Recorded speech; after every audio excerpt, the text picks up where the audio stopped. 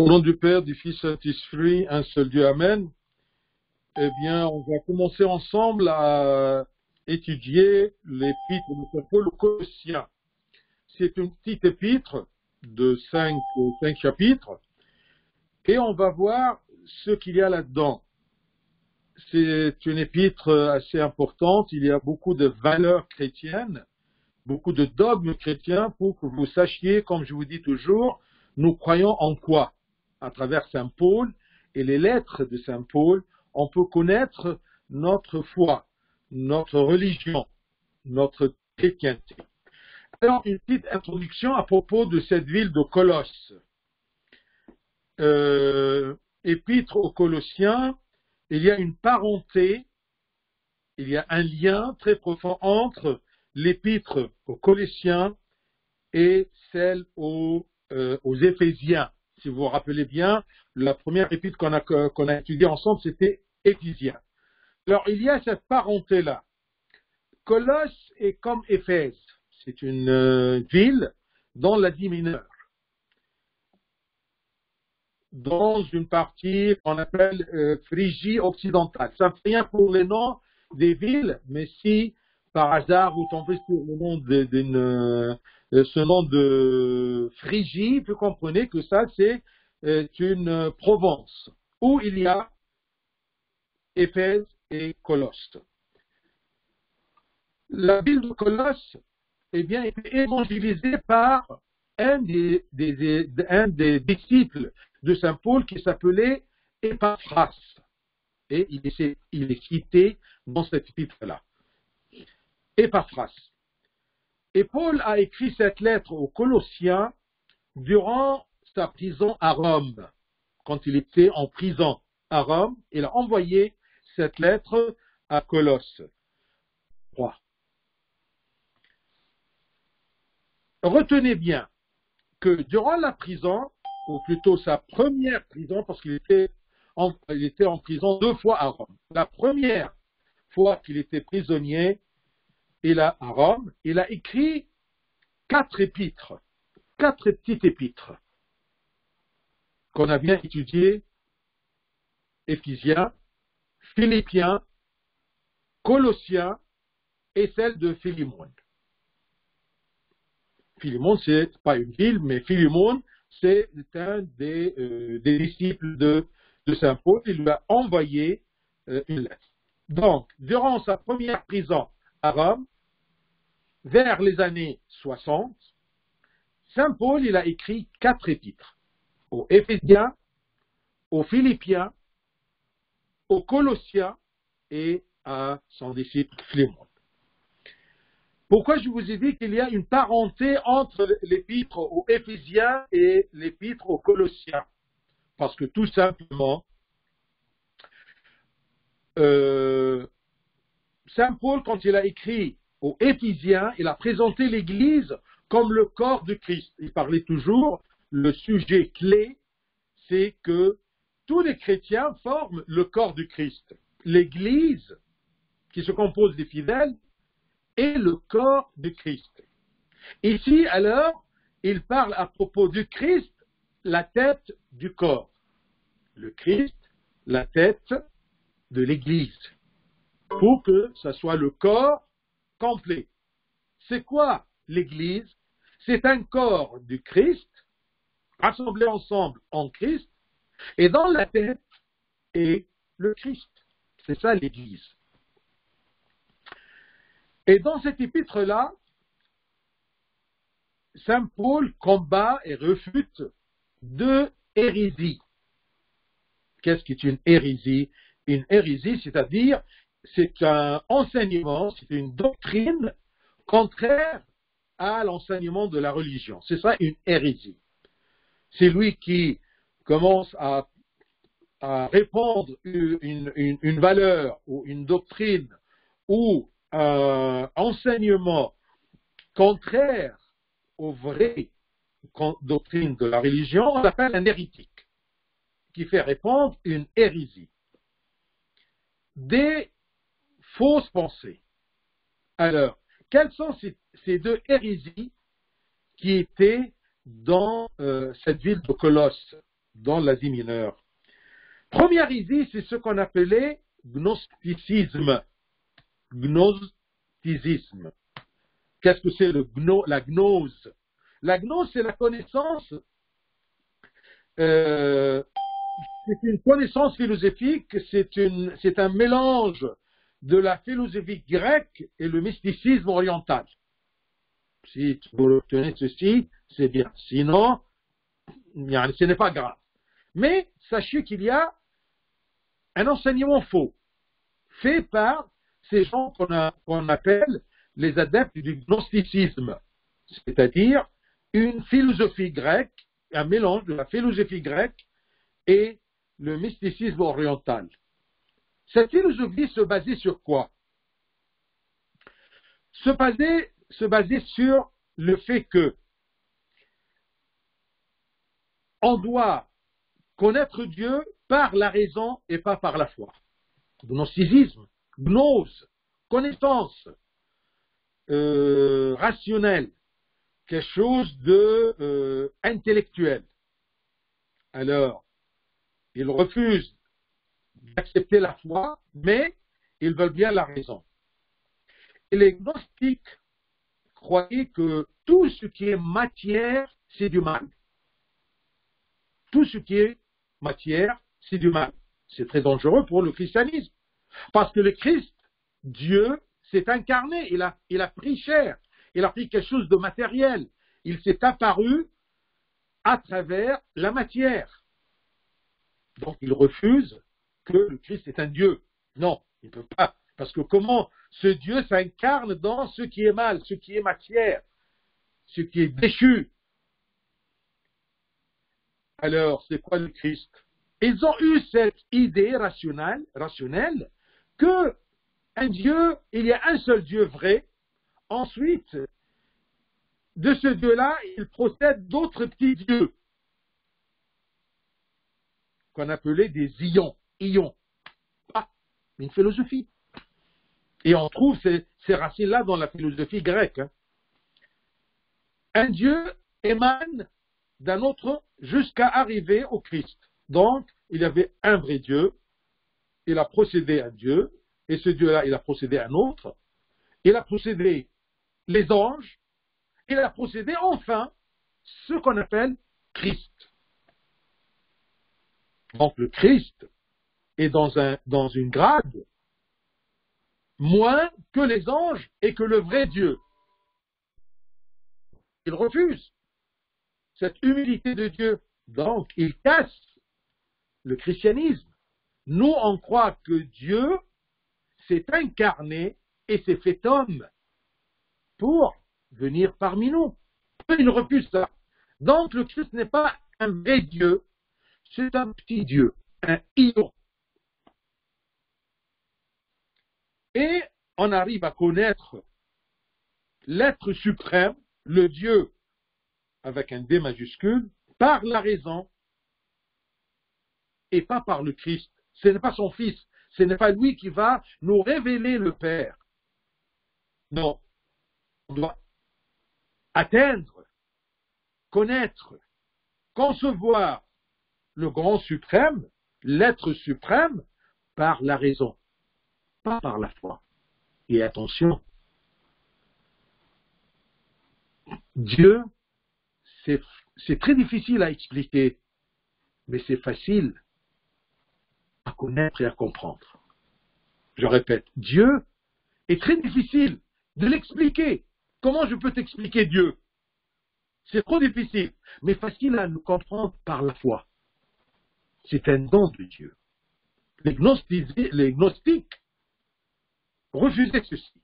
Refusaient le Christ comme Dieu et refusaient d'atteindre la théologie par la foi. Non, c'est par la raison humaine. Donc, s'il y a quelque chose que la raison humaine ne peut pas l'accepter ou la concevoir, donc elle est refusée. Et la plupart de tout ce qu'il y a dans le christianisme, tout le mystère de l'incarnation et du salut, eh bien, sera refusé par les gnostiques. Saint Paul va commencer à refuter ceci en parlant à propos de la vérité du Christ. C'est qui est le Christ? Oui, il est la tête de l'Église, mais il va nous expliquer. C'est pour cela que connaître ces épîtres-là, c'est important pour comprendre le Christ, c'est qui. Deuxième hérésie, deuxième faux enseignement qui était répandu chez les Colossiens, c'était ce qu'on appelait les chrétiens adeptes du judaïsme. Les chrétiens d'origine juive. Mais quand ils se sont convertis au christianisme, ils ont cru, ils ont exigé que tout chrétien, pour être chrétien, il doit passer par le judaïsme, c'est-à-dire par la loi de Moïse, c'est-à-dire il doit être circoncis, il doit respecter le sabbat, il doit connaître tous les rituels de la loi de Moïse de l'Ancien Testament. On ne peut pas être chrétien que si on est d'abord juif, ce qui est contre l'acceptation de Dieu pour les nations, les gens qui n'étaient pas juifs. C'est comme nous, les descendants des pharaons, nous sommes des nations, nous ne sommes pas des juifs. Quand nous sommes devenus chrétiens, nous ne sommes pas passés, on n'a pas pratiqué la loi de Moïse. La circoncision aujourd'hui, ce n'est pas une loi exigeante. Non, c'est quelque chose de génique. Je peux baptiser quelqu'un, un bébé ou un homme qui n'est pas circoncis. Donc, ces deux hérésies est la base de cette lettre-là, la lettre aux Colossiens, tout en expliquant que le Christ est la tête de l'Église. Et dans cette tête-là, on peut voir Dieu, parce que qui est la tête des chrétiens?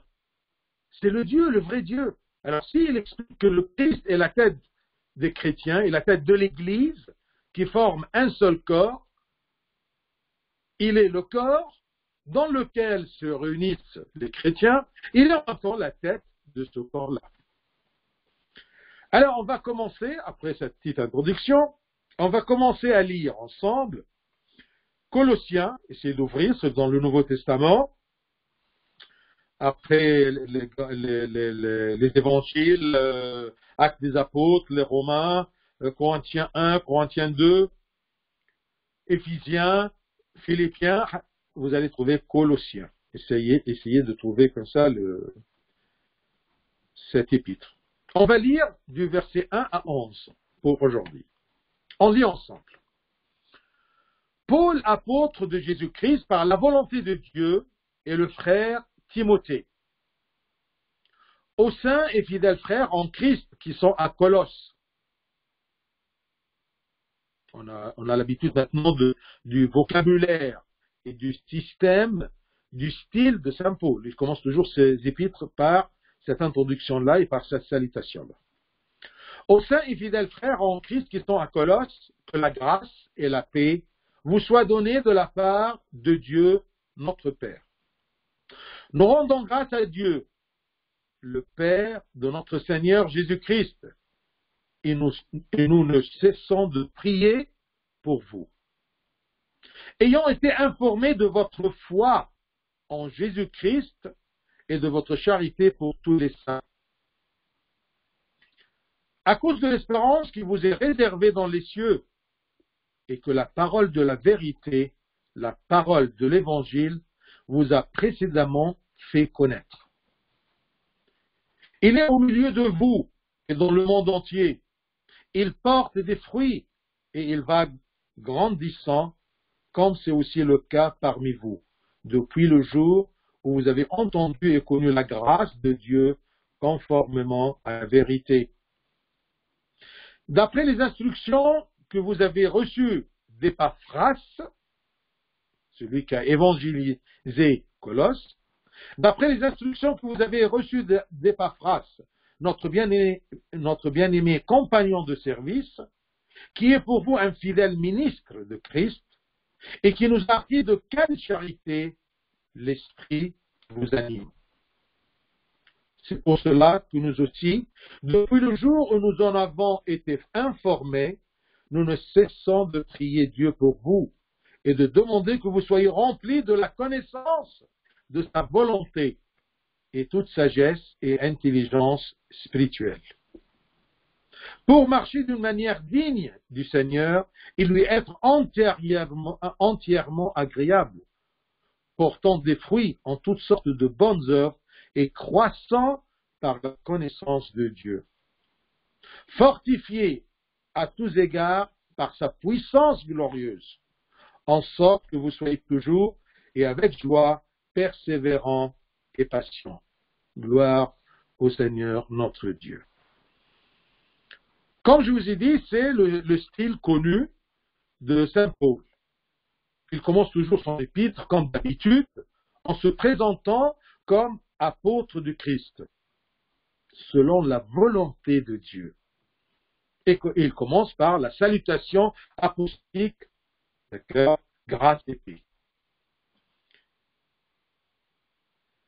Vous voyez bien dans le premier verset, Paul, apôtre de Jésus-Christ, par la volonté de Dieu, et il envoie aussi avec moi le frère Timothée. La volonté de Dieu. C'est important de vivre selon la volonté de Dieu.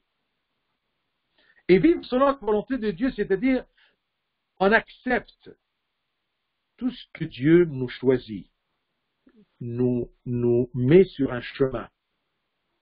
Ne me dites pas comment on le sent très bien quand on est en relation avec Dieu, par la prière et la communion et tout ça, on le sent dans notre cœur. C'est l'Esprit de Dieu qui est en nous. Ce n'est pas la raison, mais on sent quelque chose de l'intérieur, que ça c'est la volonté de Dieu. Mais parfois, je préfère suivre ma volonté. Et c'est parfois que je sens à l'intérieur un combat, un conflit. Je veux faire ceci, mais je ne suis pas bien. Parce que tu sens dans ton intérieur une force, une voix. Ça dépend de ta relation avec le Christ. Tu sens qu'il y a une force qui t'empêche. Tu n'es pas bien, tu n'es pas à l'aise. Tant que tu n'es pas sur le chemin de la volonté de Dieu, tu ne sens pas la paix en toi. Alors, c'est important de vivre selon la volonté de Dieu, tout en acceptant ce qui est contre notre envie ou notre volonté. Et ceci exige la prière avant tout choix ou décision. Quand tu es devant un choix, prie Dieu pour te donner la sagesse pour bien choisir. Choisir selon sa volonté. Et tu ne peux pas le faire que si tu es humble et tu as l'habitude de prier. Si on ne sait pas prier, on n'a pas eu l'habitude de prier, eh bien, on ne sera jamais sur le même onde de Dieu. Saint Paul commence toujours par l'action de grâce. Il dit, nous rendons grâce à Dieu. C'est pour cela que toujours, tous les prières, tous les services, tous les sacrements, on commence toujours par action de grâce. Que ce soit une messe, que ce soit un des sacrements de l'Église, que ce soit baptême, que ce soit mariage, que ce soit même des services comme un service de défunt, eh bien, on commence toujours par l'action de grâce. On remercie Dieu. Nous rendons grâce à Dieu le Père de notre Seigneur Jésus-Christ. Et s'il précise à cette hérésie de refus que le Christ est Dieu, il dit ici le Père de notre Seigneur Jésus-Christ. Et nous ne cessons de prier pour vous. Chaque fois, Saint Paul, il parle à propos qu'il prie pour les autres. Et ça, eh bien, c'est un argument pour nous les orthodoxes contre les autres églises qui refusent l'intercession des saints. Comment je prie pour qu'un saint soit intermédiaire, soit il fait une intercession entre moi et Dieu. Puisque Saint Paul, qui vit dans la chair sur terre, il prie à Dieu pour des autres. Ça, c'est une intercession. Shafar. Beaucoup plus, si j'accepte l'intercession des hommes dans la chair, sous la faiblesse, ils ne sont pas encore partis aux cieux. Si j'accepte leur intercession, beaucoup plus, je dois accepter l'intercession des saints, comme la Sainte Vierge Marie, ou Saint Georges, ou Saint Mina, parce que ce sont des gens qu'on a reconnus comme saints, et on croit bien que dans le christianisme, ces saints-là, ils sont partis aux cieux, ils sont toujours vivants aux cieux. Ils peuvent intercéder pour nous auprès de Dieu, le Père, et son Fils Jésus. Donc si quelqu'un te dit que nous ne croyons pas, vous, ou plutôt vous les orthodoxes et même les catholiques, ils s'intéressent beaucoup pour les saints, on n'y croit pas. Non, attention, Saint Paul, il prie pour les autres. J'aimerais bien que la Sainte Vierge Marie, qu'elle est toujours vivante aux cieux, elle prie pour moi auprès de Dieu. Ensuite, il dit, versets 4 et 5, ayant été informés de votre foi en Jésus-Christ. Nous sommes informés par des gens qui partent et qui viennent, eh bien, nous sommes informés que vous, les Colossiens, vous avez une bonne foi en Jésus-Christ. Et nous étions informés aussi de votre charité pour tous les saints. Vous savez maintenant que le style de Saint Paul, il dit que tous les fidèles sont saints. Un chrétien, il doit être saint. Il doit vivre le chemin de la sainteté. D'accord? Ça, c'est un des qualificatifs d'un chrétien qui doit être saint. Un saint, ça ne veut pas dire qu'il ne pêche pas. Mais quand il pêche, il se repentit. Quand il est dans le péché, il se sent gêné. Il ne peut pas supporter ceci. Nous sommes informés de votre foi en Jésus-Christ et votre charité. Quelle est la relation entre la foi et la charité des Colossiens? C'est parce que quand on a une foi vivante, quand on connaît le royaume des cieux et on est sûr de ce que le Christ nous a préparé après la mort, on n'a pas le temps de haïr les gens. On n'a pas le temps de chercher les petites bêtes et les petites fautes des autres. Je n'ai pas le temps, je n'ai pas la pensée à ça. J'aime tous les gens. Donc, s'il y a des gens qui ont une foi vivante, eh bien, ils auront la charité envers les autres, envers tous les autres.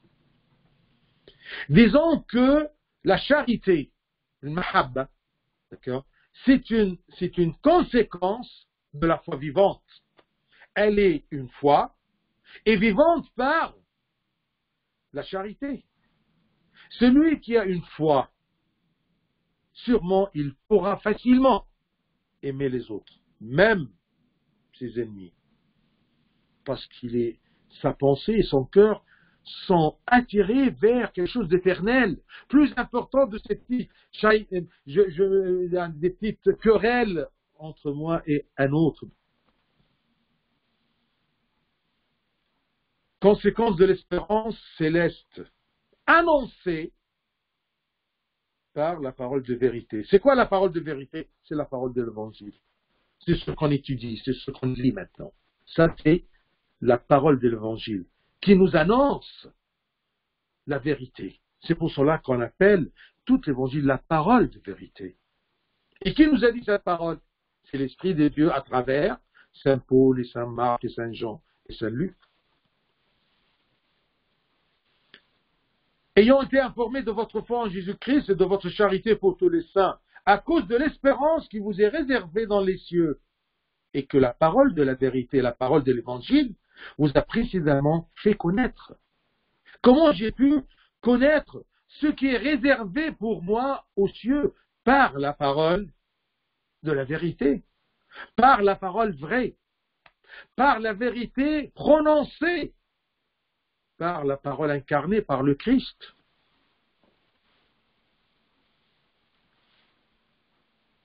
Si tu n'arrives pas à aimer, à pardonner, c'est parce que il y a un manque ou une faiblesse de ta foi. Il y a une faiblesse dans ton espérance, dans l'espérance, dans ce qui est réservé pour toi aux cieux. Tu as oublié ton héritage aux cieux, c'est beaucoup plus important que ces petites querelles. Quelle est la cause d'une querelle entre toi et un autre? Cherche, c'est quelque chose de très matériel. Quelque chose qui ne dure pas. Un peu d'argent, un peu de gloire. Il m'a parlé mal. Il dit des paroles contre moi. Il m'a pris de l'argent. Il m'a pris un poste. Il m'a pris... Tout ça pour une personne ayant une foi vivante, avec une espérance dans tout ce qui est réservé pour nous, annoncé pour nous déjà par la parole de vérité, eh bien, on ne pourra jamais le temps ou même la pensée de haïr les gens. La foi vivante. Rappelez-vous l'épître de Saint Jacques à la fin du Nouveau Testament. L'épître de Saint Jacques, il nous parle toujours à propos de la foi vivante. Parce qu'il y a une foi morte, une foi comme la foi de Satan. Satan, il croit bien, mais il n'agit pas. Il n'a pas une foi vivante, il n'a pas une foi pratiquante, il ne pratique pas sa foi, il ne vit pas ce qu'il croit. Je crois qu'il y a un royaume des cieux. Est-ce que je vis conformément à cette valeur? Je crois que tout le monde est éphémère. Est-ce que je vis selon cette vérité que la parole m'a annoncée? Est-ce que mon espérance est dans le succès sur la terre, ou mon espérance, c'est d'avoir part dans l'héritage que le Christ m'a préparé par son incarnation et sa mort et sa résurrection? Jacques, l'épître de Saint Jacques, chapitre 2. C'est le chapitre qui parle toujours à propos de la foi vivante qui est vivante par les œuvres. Et les œuvres, ce n'est pas les œuvres tout simplement de faire un don ou d'aider quelqu'un, non. Les œuvres, c'est-à-dire aussi la pratique spirituelle, le jeûne, la prière, le repentir, se préparer pour la communion, c'est ça les œuvres. Si je crois et je ne pratique pas ça, c'est comme par exemple vous rencontrez quelqu'un dans votre entourage occidental un peu, alors qu'est-ce qu'il dit? Vous savez, moi je suis baptisé, mais je ne suis pas pratiquant. Eh ben, tu vaux rien. Qu'est-ce que ça veut dire que tu es baptisé, mais tu n'es pas pratiquant? Oui, je suis croyant, mais je ne pratique pas. Eh ben, tu es un croyant paralysé. Tu as une voix morte. Une foi casée dans l'armoire. Mais elle n'est pas vivante. Alors Jacques, il nous dit, Saint Jacques, il nous dit dans son épître, chapitre 2, mes frères, que sert-il à quelqu'un de dire qu'il a la foi s'il n'a pas les œuvres? La foi peut-elle le sauver? Si un frère ou une sœur sont nus et manquent de la nourriture de chaque jour, et que l'un d'entre vous leur dise, allez en paix, chauffez-vous, et vous rassasiez, et que vous ne leur donniez pas ce qui est nécessaire au corps, à quoi cela sert? Ça, c'est un exemple. Il en est ainsi de la foi. S'il n'a pas les œuvres, elle est morte en elle-même. Jacques 2, verset 17.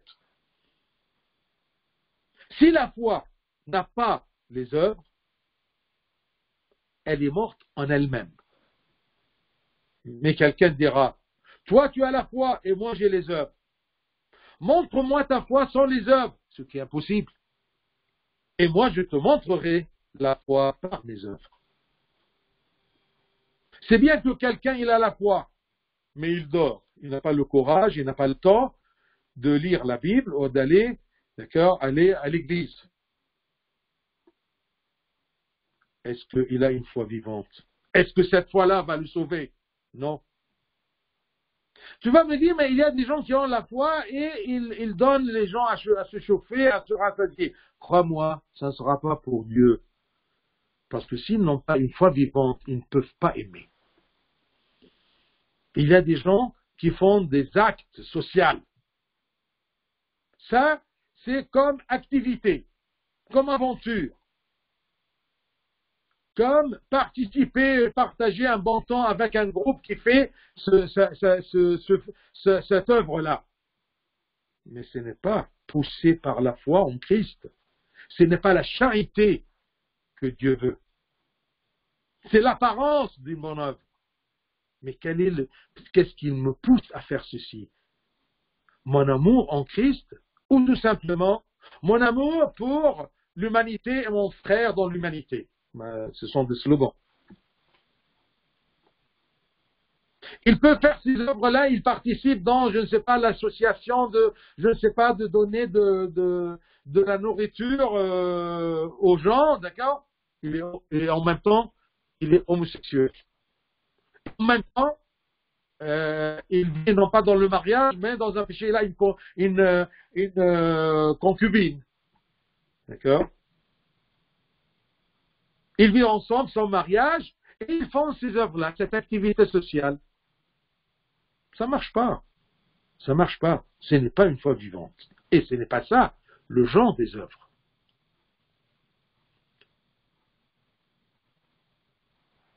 Un verset très important pour différencier entre ta foi vivante et la foi de Satan. C'est chapitre 2, toujours, Saint Jacques, verset 19. Retenez bien, Jacques 2, 19. Tu crois qu'il y a un seul Dieu? Tu fais bien. Les démons le croient aussi et ils tremblent. Mais les démons ne font rien, ne font pas des bonnes œuvres. Parce que leur foi, ils ont une foi, ils croient bien qu'il y a un seul Dieu. Ils connaissent très bien Jésus. Ils connaissent tous les démons. Mais ils n'agissent pas, ils ne vivent pas en Christ. Mais ils ont la foi. Tu crois qu'il y a un seul Dieu, tu fais bien. Parce que tu ne peux pas faire des bonnes œuvres sans la foi. Mais la foi sans bonnes œuvres, sans pratique, ça ne sert à rien. Elle est morte en elle-même. Les démons le croient aussi. Et mieux que toi, parce qu'ils tremblent même. Mais toi, tu crois et tu dors dans ton lit. Veux-tu savoir, ô homme vain, que la foi sans les œuvres est inutile? Tu dois le savoir. Et Jacques, toujours l'épître de Saint Jacques, chapitre 1, il parle à propos de la religion. C'est quoi la religion? C'est croire et dormir? Il dit que la religion pure est en tâche devant Dieu notre Père, consiste à visiter les orphelins et les veuves dans leur affliction et à se préserver des souillures du monde. Visiter les orphelins et les veuves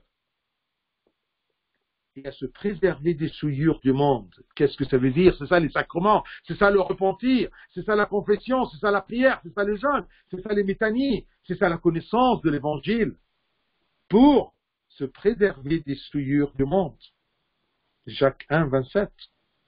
Pour que tu ne me dises pas que, tu ne me dis pas que tout simplement les bonnes œuvres, c'est les œuvres sociales, les œuvres de charité. Cherche derrière les œuvres de charité. Il y a quoi? Quelqu'un qui croit en Christ et quelqu'un qui a l'espérance de ce qui est une espérance en ce qui est réservé pour lui aux cieux, ou c'est une activité, comme la musique, comme la danse, comme n'importe quoi. Ma vie, elle est pleine de souillures de ce monde, et je pratique quelques œuvres sociales. Quand les Colossiens ont cru en la vie éternelle promise, cette vie éternelle promise est annoncée par l'Évangile. Par cette espérance, les Colossiens, ils ont pu aimer. Et c'est ça ce que Saint Paul leur dit, ayant été informés de votre foi en Jésus-Christ et de votre charité pour tous les saints, à cause de l'espérance qui vous est réservée dans les cieux et que la parole de la vérité, la parole de l'évangile vous a précisément fait connaître, eh bien, il est au milieu de vous et dans le monde entier, ce Christ-là. Prenez versets 6 et 7. Il est au milieu de vous. Il est au milieu de vous, ça, c'est la parole de Dieu. Le Christ, parce que le Christ c'est la parole de Dieu. La parole de Dieu incarnée, et nous avons aujourd'hui parmi nous la parole de Dieu écrite. Versets 6 et 7. Il est au milieu de vous et dans le monde entier. Et porte des fruits. Et il va grandissant, comme c'est aussi le cas parmi vous depuis le jour où vous avez entendu et connu la grâce de Dieu conformément à la vérité. D'après les instructions que vous avez reçues d'Épaphras, notre bien-aimé compagnon de service, qui est pour vous un fidèle ministre de Jésus. L'Évangile, la parole de Dieu, est présente dans notre vie quotidienne. Nous donne la connaissance et l'espérance. Nous donne la connaissance de Dieu et la connaissance comment vivre, comment agir. Ainsi, nous vivons pour notre royaume. Ça, c'est un chrétien. Mais il y a quelqu'un qui a une bonne conduite. C'est une conduite, pas une spiritualité. Une conduite. Tant que je suis là, je fais le bien pour le bien. Mais il n'a pas dans la tête cette connaissance de cet héritage céleste. C'est pour cela que Saint Jean il a dit « Ô homme, va, ô homme qui va quitter cette terre. » Et après ce départ-là, tu iras où? Tu seras comme une fleur, ou un chien, ou un oiseau, ou un corbeau. C'est terminé. Une fois mort, tu es néant? Non, bien sûr. Non. Ainsi, nous vivons pour notre royaume, notre héritage céleste. C'est ça, un chrétien. Et tu dois comprendre et connaître cet héritage que le Christ a préparé. Et la parole a des fruits. La parole fructifie en nous des bonnes œuvres de charité. Et bien, il y a des bonnes œuvres qui viennent comme ça par la conduite, par les activités humaines, par des relations sociales humaines. Et il y a des bonnes œuvres qui viennent comme fruits de la parole de Dieu. Fruit de notre foi vivante, fruit de notre connaissance, de notre espérance dans ce qui est réservé pour nous aux cieux. Donc, un chrétien, il ne peut pas avoir ni d'avarice, ni d'égoïsme, ni de haine, ni de vengeance, parce qu'il vise ce qu'il connaît, il vise la vérité en laquelle il croit, il vise le royaume des cieux. Il vise son héritage céleste. La vérité nous apprend à aimer. La parole de Dieu nous apprend à aimer. Quand on n'arrive pas à aimer, c'est parce qu'on ne connaît pas la vérité, on ne connaît pas la parole de vérité, on ne connaît pas la volonté de Dieu. Qu'est-ce que Dieu veut de moi durant ma vie sur terre? La vérité est au milieu de nous et dans tout le monde. Mais il y a des gens qui les acceptent et des gens qui ne l'acceptent pas. La parole de Dieu, l'évangile, il est répandu partout. Et à travers même maintenant les médias et tout ça. C'est très facile d'avoir la parole de Dieu. La vérité est au milieu de nous et dans tout le monde. Par l'intermédiaire des ministres, des Choddem, des ministres fidèles de Christ, comme Épaphras, comme Saint Paul, comme les ministres, le Choddem, qui sont autour de nous dans les églises.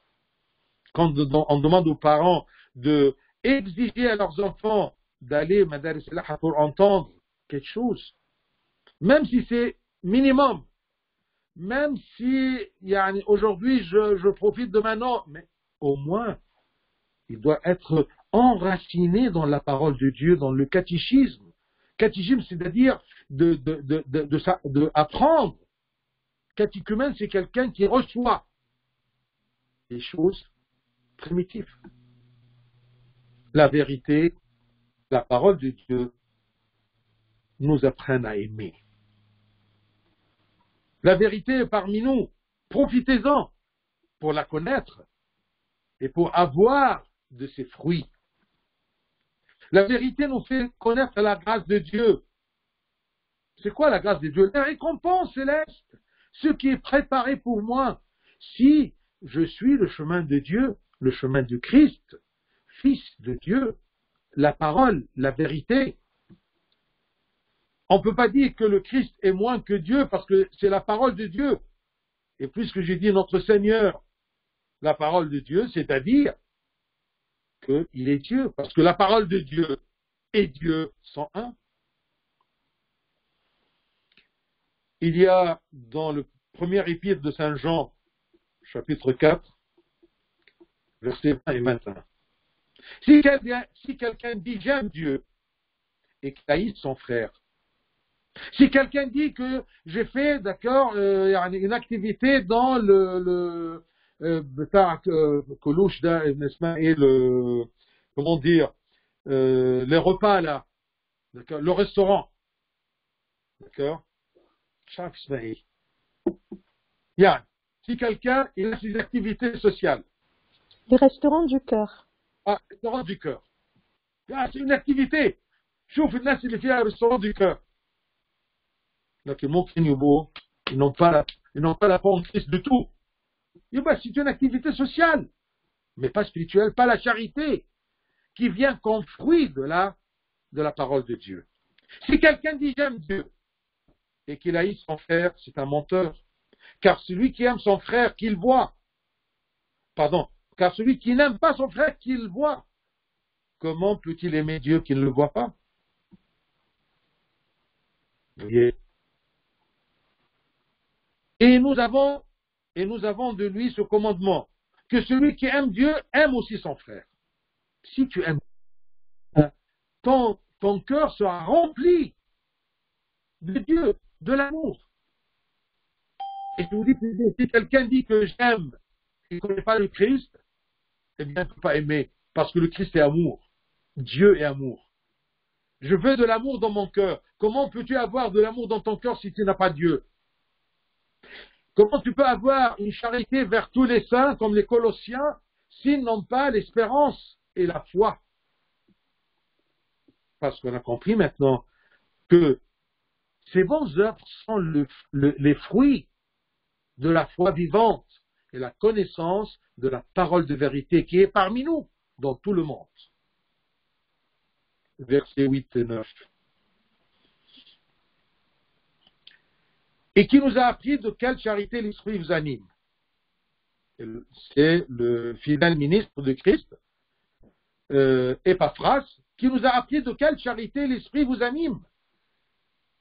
Est-ce que l'amour de ces gens qui ont des œuvres sociales, est-ce qu'ils sont animés par l'Esprit de Dieu qui les pousse à faire ces bonnes œuvres? Ou là, c'est autre pensée, c'est une activité sociale, activité humaine. C'est pour ça qu'on les appelle des œuvres humanitaires, mais pas des œuvres spirituelles, pas des œuvres chrétiennes.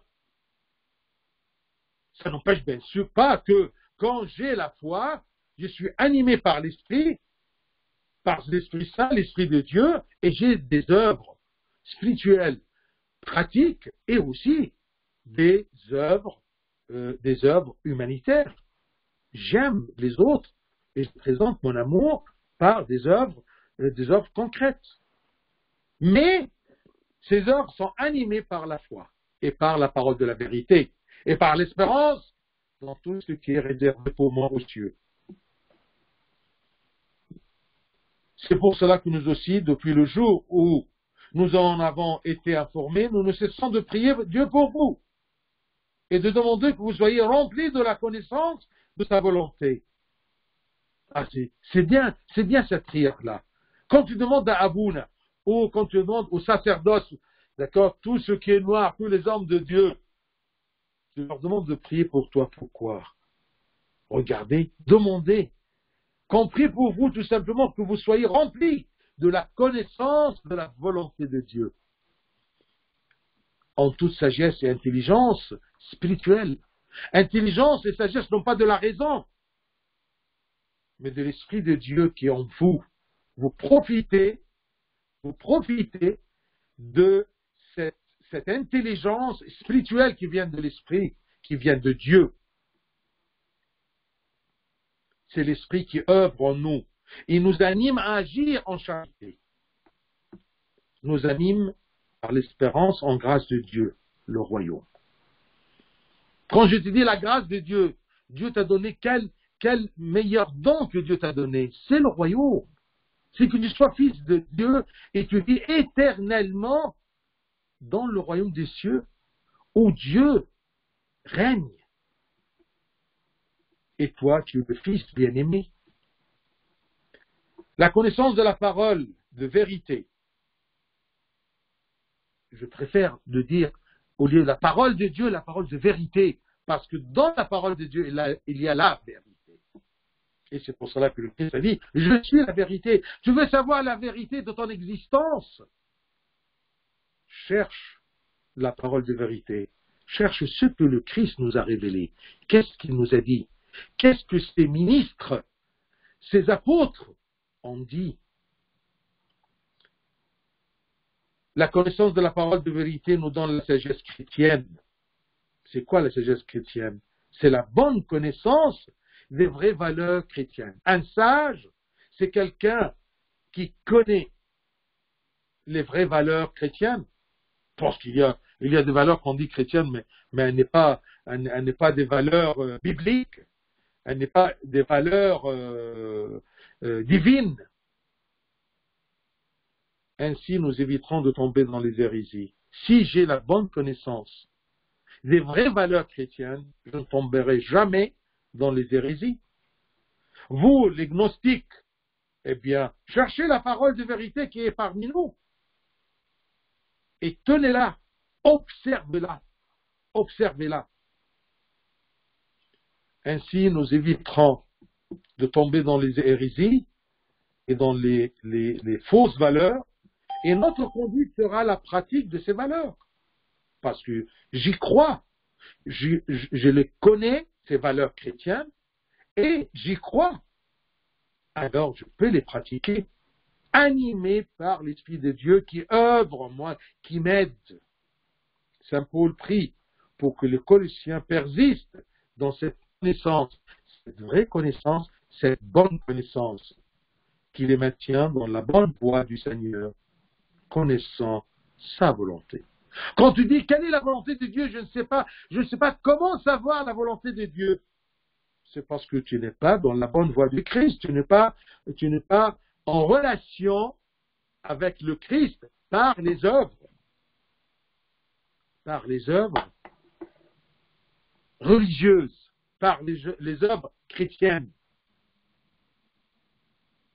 Je termine par le verset 10 et 11.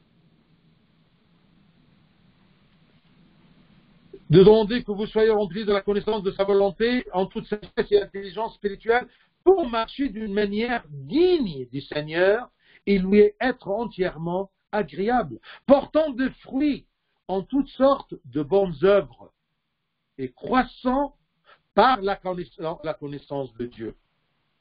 C'est ça qui m'anime, c'est ça qui me rend digne du Seigneur, d'être un membre dans le corps du Seigneur, d'être entièrement agréable au Seigneur, portant des fruits.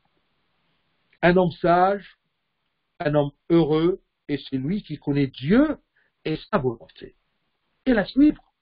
Le démon, il sait la volonté de Dieu, il sait Dieu, il croit en Dieu, il sait la volonté de Dieu, mais il ne la suit pas. C'est pour cela que sa foi ne va pas le sauver. Saint Paul, il a écrit à son disciple Timothée, qu'il a cité au commencement de cet épître. et mon frère Timothée. Ça, c'est l'humilité de saint Paul. Il considère que son disciple est bien sur son niveau. Moi, je vous écris moi et mon frère Timothée. Dans le premier épître de saint Paul à Timothée, chapitre 2, verset 4, 1 Timothée 2, 4, il dit que le Seigneur Dieu veut que tous les hommes soient sauvés et parviennent à la connaissance de la vérité. Ça, c'est important que tu saches qu'est-ce que Dieu veut. Dieu veut que tu sois sauvé, que tous les hommes soient sauvés. Ça, c'est facile à connaître. Mais il veut aussi que nous parvenons à la connaissance de la vérité. Satan, il sait très bien que la volonté de Dieu, c'est que tous les hommes soient sauvés. Il sait aussi que la connaissance de la vérité est importante, mais il ne pratique pas ceci. Il ne cherche pas à être sauvé. Il ne cherche pas à connaître la vérité dans le sens de vivre la vérité, de pratiquer ce qu'on apprend. Et saint Paul aux Galates, chapitre 5, verset 14-15, Galates 5, 14-15, c'est écrit, car toute la loi est accomplie dans une seule parole. Dans celle-ci, tu aimeras ton prochain comme toi. Mais si vous vous mordez et vous dévorez les uns les autres, prenez garde que vous ne soyez détruits les uns par les autres. Si je prends ce verset-là comme une vérité, comme une volonté de Dieu, mais si vous vous mordez et vous dévorez les uns les autres, ce qu'on voit parmi nous, même les chrétiens, si vous vous mordez et vous vous dévorez les uns les autres, prenez garde que vous ne soyez détruits les uns par les autres. Parce que toute la loi est accomplie dans une seule parole. Dans celle-ci, tu aimeras ton prochain comme toi-même.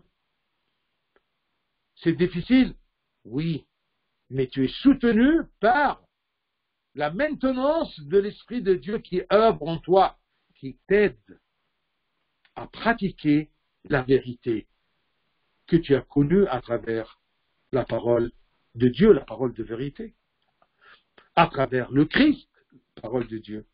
Comment veux-tu avoir des fruits si tu ne connais pas la parole de Dieu? Comment veux-tu savoir la volonté de Dieu si tu ne connais pas ces versets? Ces versets, c'est explicite, c'est clair. Mais si vous vous mordez, vous dévorez les uns les autres, prenez garde que vous ne soyez détruits les uns par les autres.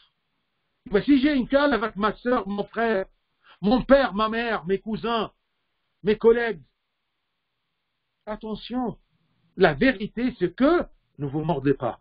Si quelqu'un te mord, d'accord, si quelqu'un te dévore, n'aie pas peur. Parce que tu es soutenu par l'Esprit de Dieu qui œuvre en toi. Sois agréable aux yeux de Dieu.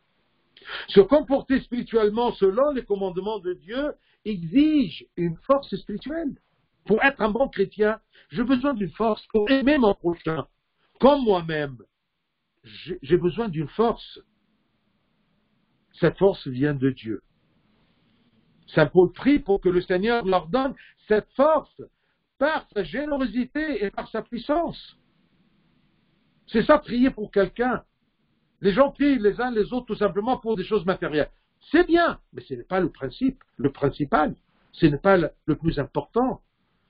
Prier pour quelqu'un que tu veux l'aider, prie pour lui pour que Dieu lui donne une force d'être un bon chrétien, d'être agréable, d'être sur la bonne voie, de vivre la volonté de Dieu, que Dieu lui donne la force, qu'il lui donne la paix et la grâce. La salutation chrétienne de saint Paul, la paix et la grâce soient avec vous. Cette force qui nous procure la patience, la longanimité et l'endurance. Et Dieu est très généreux, il est très généreux. Mais je le plains parce que Dieu, je l'imagine, il n'écoute que des demandes charnelles, terrestres, éphémères. C'est bien de prier pour ton succès et tes examens, mais tu as oublié de prier pour cette force-là, cette sagesse de la connaissance de la parole de Dieu et de pratiquer avec force la loi de Dieu qui s'accomplit dans une seule parole. Tu aimeras ton prochain comme toi-même. Aide-moi, Seigneur, à aimer. Aide-moi, Seigneur, à pardonner. Aide-moi, Seigneur, à t'aimer. Aide-moi, Seigneur, à prier. Que notre lutte, notre effort se base non sur les circonstances qui nous entourent, mais sur le soutien et l'aide de Dieu. Notre lutte et notre effort se basent non pas des circonstances. Je ne veux pas je ne serai jamais animé par des circonstances qui m'entourent pour aimer mon prochain, non. Je serai animé par le soutien et l'aide de Dieu. Comme le Christ nous a dit. Le Christ, la parole de vérité. Il nous a dit, dans l'évangile selon saint Jean, chapitre 15, verset 5. Car sans moi, vous ne pouvez rien faire. Là, sans toi, le Christ, il y a des gens qui pratiquent des œuvres humanitaires. Oui, ce sont des œuvres qui ne vont pas les rendre agréables aux yeux de Dieu. Mais ce sont des activités éphémères. Avec leur mort, ces œuvres-là ne valent rien, ne vaut rien. Car sans moi, vous ne pouvez rien faire. Que le Christ nous donne la force de le connaître pour vivre selon sa parole, la parole de vérité. Gloire à lui éternellement. Amen. Est-ce que vous avez des